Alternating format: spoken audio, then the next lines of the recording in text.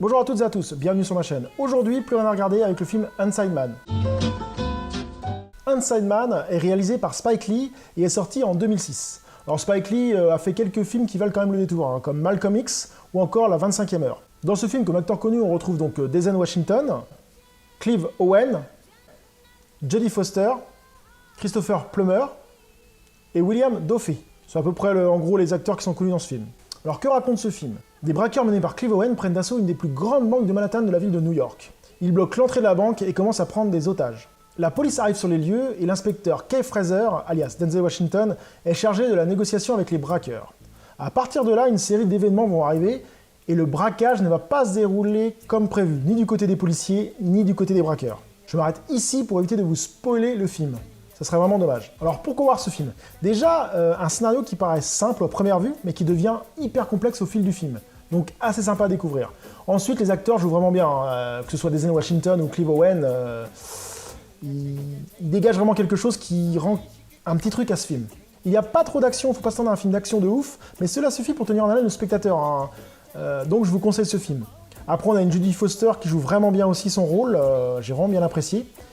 Et surtout, je vous conseille ce film si vous aimez les films de braquage, un peu style à Casa de Papel. Pour ceux qui n'ont pas vu le film, je vous dis à bientôt sur ma chaîne. Pour les autres, restez, on rentre en zone spoil. Alors moi, directement, j'avais été voir ce film à la sortie au cinéma, sans avoir vraiment vu la bande-annonce. Ou autre chose d'ailleurs, je ne savais pas à quoi m'attendre. C'était un petit film sorti de nulle part, qui était arrivé comme ça avec Denzel Washington et Clive Owen. J'avais dit, tiens, bizarre. Eh bien, j'ai pas été déçu. Rien que l'intro où Clive Owen passe le 4e mur et parle au spectateur, j'ai trouvé l'idée vraiment sympa, quoi. Déjà, ça met directement le ton. Et ça nous met directement dans une sorte d'intrigue, à savoir, mais... Enfin, ça nous donne envie de voir la suite, justement. C'était vraiment bien fait. Ensuite, pendant qu'il parle, on voit une sorte de petite pièce où il fait des pompes. On a l'impression qu'il est en prison, quoi. C'est ce que j'avais pensé dans le début. Je me suis dit, bah, en fait, c'est après le braquage, il est en prison. Et en fait, pas du tout. Enfin, comme vous connaissez l'intrigue, pas du tout. Hein. Je me suis dit, c'était trop... Et puis après, je me suis dit, ah non, c'est trop simple, ça va pas être ça. Et c'est vrai que c'était pas ça. Il va y avoir un truc, quoi. Ensuite, j'ai vraiment bien accroché toute l'organisation du braquage, qui fait vraiment pro. Hein. Bloquer les caméras avec les projecteurs, mettre tous les otages dans le même costume pour dérouter les policiers, comme cela, personne ne sait si tu es un braqueur ou un otage. D'ailleurs, cette idée a été vraiment pompée par la Casa de Papel. Hein. Si vous avez vu la Casa de Papel, vraiment pompée dessus. Ensuite, j'ai vraiment bien aimé le déroulement du braquage avec le placement du micro du côté adverse. Par exemple, les braqueurs envoient un otage avec une pancarte, c'est un bout d'un coffre, et marqué un message, et dedans il y a un micro de cachet, pour ceux qui se rappellent, et c'est un peu comme la Casa de Papel, et pareil, la Casa de Papel a pompé dessus, hein. C'est le micro qui va chez les policiers pour écouter tout ce qu'ils font et tout ce qu'ils disent. Ça, c'est exactement le même principe.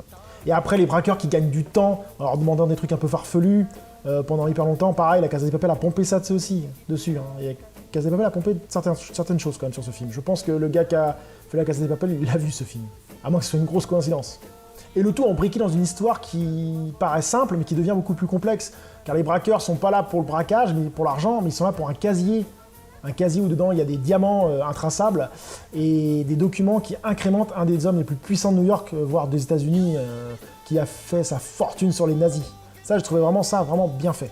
Au niveau personnage, j'ai bien aimé, un de mes personnages préférés du film, c'est Jodie Foster. J'ai bien aimé le rôle de la personne qui règle les problèmes, c'est-à-dire que si vous avez un problème qui n'est pas facile à gérer, vous l'appelez et hop, elle gère les problèmes. Un peu, je sais pas si vous connaissez la série que j'apprécie énormément, Red Donovan, que je vous conseille, qui est assez sympa, le même principe, c'est-à-dire que toutes les stars font appel à lui quand il y a un problème qu'on ne peut pas résoudre et il va faire tout ce qu'il faut pour le résoudre. Je pense que ce genre de truc doit vraiment exister, il doit y avoir des gens qui sont spécialisés dans ce genre de truc, genre une vidéo qui a fuité, peut-être pas jusqu'au meurtre, mais on ne sait jamais, hein, pour le cleaner, quoi. Ça s'appellera un peu un cleaner qui nettoie vos merdes. Et pour finir de ce film, un final vraiment bon, hein, le final où Clive Owen était resté caché dans la banque pendant une semaine après le braquage, les braqueurs avaient fait un faux mur, ils étaient cachés derrière, j'ai trouvé l'idée mais vraiment énorme. Et on s'y attend vraiment pas, hein, faut être honnête. Il y a un moment, vers la fin du film, quand tous les otages sortent, et que Denzel Washington ne reconnaît pas celui-là, le chef des braqueurs, il se dit mais où est-ce qu'il est? Comment c'est quoi? Et là je me suis dit mais c'est quoi ce délire? Il est parti par où? Et à un moment, dans le film, il montre qu'il creuse, donc je me suis dit il est passé par le plafond, par le sol, ils ont creusé tout ça. Mais en fait pas du tout. C'est qu'il était caché dans un des murs. Et ça j'ai trouvé ça vraiment énorme. Et il sort ni vu ni connu avec les diamants, petite tenue tranquille, et hop, tranquille quoi. Ça j'ai vraiment bien aimé aussi. Puis aussi le passage où il bouscule Denzel Washington en sortant de la banque, et il lui met le petit diamant dans la poche. car ils avaient parlé bien avant de la discussion qu'il voulait offrir un diamant à sa femme, et pour lui faire un petit pied de nez, hop, il met un petit diamant dans sa poche. Et là, Denzel Washington se vide les poches à la fin du film, et il dit l'élément, il fait « Non !» Et là, chut, il comprend tout ce qui s'est passé, il comprend que Clive Owen était sûrement resté dans la banque, caché, et qu'il est sorti bien après. Et ça, j'ai trouvé ça un twist vraiment bon. Donc ce film, pour moi, est vraiment bon, méconnu, mais très bon, et il est absolument à voir. Tout ce que j'espère, c'est que vous n'avez pas été jusque-là si vous n'avez pas vu le film, car je vous ai carrément spoilé le film, et ça n'apporte plus rien de le voir, d'ailleurs. Enfin, on peut le voir, mais bon, c'est un peu plus con. Donc j'espère que cette vidéo vous a donné envie de revoir ce film si vous l'aviez déjà vu, et je vous dis à très bientôt sur ma chaîne. Salut!